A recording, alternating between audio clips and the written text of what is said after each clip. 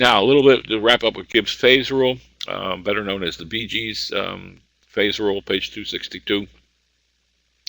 Basically describes what the degrees of freedom in a closed system at equilibrium. Okay, degrees of freedom. What degrees of freedom are is like the temperature and the pressure to define the state or concentration. Okay, a number of independent, intensive variables that independent that to fully determine the state of the system. Getting this, Sean? That makes sense now?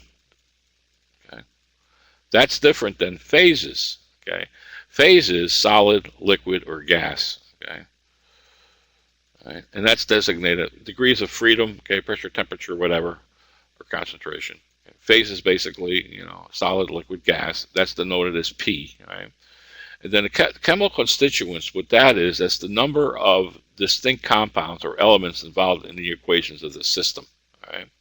So in other words, if you just had water, all right, C would be 1. If you had water mixed with a glycol solution, C would be 2 because you have 2 different, well, actually more than that, but you have 2 different components. Let's say you had some type of, so that's the number of different compounds or elements that are involved in the equations of the system. Okay. So if you look at, I'll do an example here. If you looked at the pressure and temperature remember we talked about critical point, okay? Back when we were doing the Z calculations, right? Compressibility stuff, okay? And at the triple point, okay? So you got ice, water, and a water vapor, the three phases, all right? So the best way to explain this is this here, okay? So that's what it is for water, okay? That's the phase diagram for water, right? Phases, right? Ice, water, and vapor, okay? All right. Now, at water, at the triple point, okay, we have 3 phases, all right? At the triple point, all 3 phases, right? So, P is equal to 3, okay?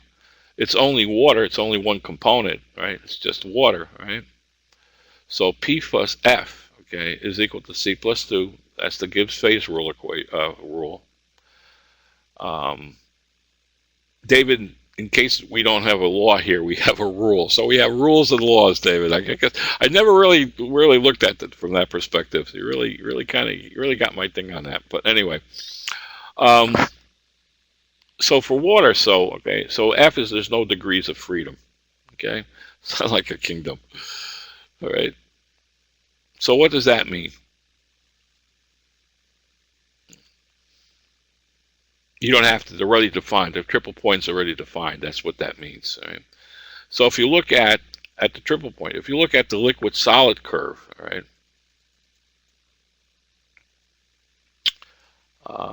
here, okay, liquid solid clear, this one here. Okay.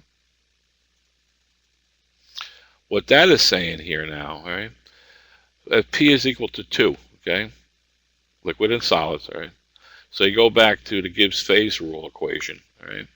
So what that is saying, if you put in that, what you end up getting is you're getting degrees of freedom is 1. So what that is saying is that you can define the liquid or the solids either by the temperature or the pressure.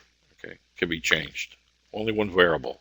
So it's got degrees of freedom of 1. At C in the liquid, at the liquid point, okay, we'll go back here, okay, when we talk just about water, okay, what that is saying here is P is 1, okay, right, it's 1 phase, right, and for liquids, okay, F is still got 2 degrees of freedom, okay, temperature or pressure, right, so you need 2 variables. What it says is you need 2 variables, okay, and here when it's liquid solid, only 1 variable can be changed, all right. With a liquid, okay, we have both, they're independently in the system, we remain in a single phase. It can either be temperature and pressure are involved. And that's the best I can do in terms of Gibbs phase rule, better known as the Bee Gees phase rule. And we know what the Bee Gees are, right? Or am I making, I'm not making that up, so.